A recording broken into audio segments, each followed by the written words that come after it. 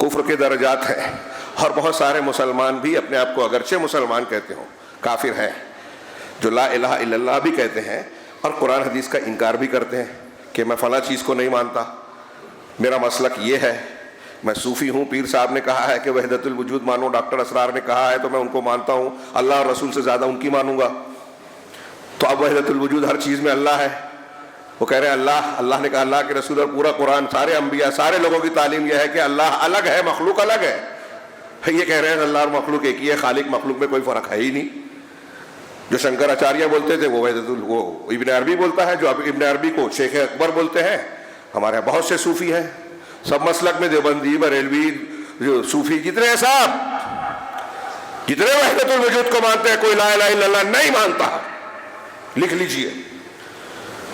تو وہ کفر میں آئیں گے، وہ اس میں شامل ہے۔ جب کافر، جب بھی اللہ خطاب کر رہا ہے، وہ اپنے آپ کو مسلمان کہے، لا الہ الا اللہ کی فضیلتیں بتاتے رہے۔ بہت سے ایسے مسلمان ہیں جن کی بدعت شرک اور کفر تک جاتی ہے، وہ اس خطاب سے باہر نہیں ہیں، اور جو بدعتی ہیں وہ بھی شامل ہے اس میں، اور بہت سے اہل حدیث بھی شامل ہے، میں مانتا ہوں۔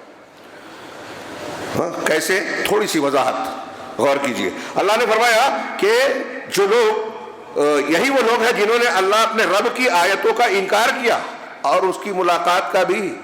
رب کی آیتیں مانتے، اللہ کی ملاقات پر یقین ہوتا، تو ان کی روش یہ کفر والی نہیں ہوتی، اسلام کی مخالف نہیں ہوتی، دنیا دارانہ نہیں ہوتی، وہ فوٹو کھنچانے کے لیے کام نہیں کرتے، آخرت کے لیے کرتے۔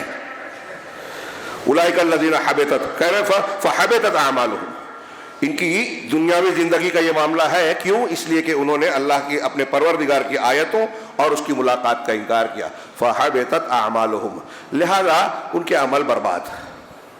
دنیا کے لیے کر رہے ہیں، اللہ کے پاس اجر نہیں ملے گا۔ کفر کے ساتھ کر رہے ہیں، عمل قبول نہیں ہوگا۔ دین پر عمل کر رہے ہیں لیکن بدعت ہے، عمل قبول نہیں ہوگا۔ محنت مشقت کر رہے ہیں لیکن اللہ کے لیے نہیں کر رہے ہیں۔ میرا نام ہو، تاریخ میں میرا ذکر ہو، میرے لیے میری رپورٹ چھپے، شہرت ملے، میرے خاندان کا نام ہو، اس کا نام نہ ہو، وہ نیک کام کر رہا ہے تو اس کو روکو۔ انبیاء کو روکنے والے بھی پیدا ہوئے، صحابہ کو روکنے والے پیدا ہوئے، آج ہمارے یہاں روک رہے ہیں۔ کافر مشرک بدعتی تو چھوڑیے، اہل حدیث روکتے ہیں۔ اس کو کرنے مت دو، اس کو خطبہ مت دینے دو۔ یہ کس کا کام ہے؟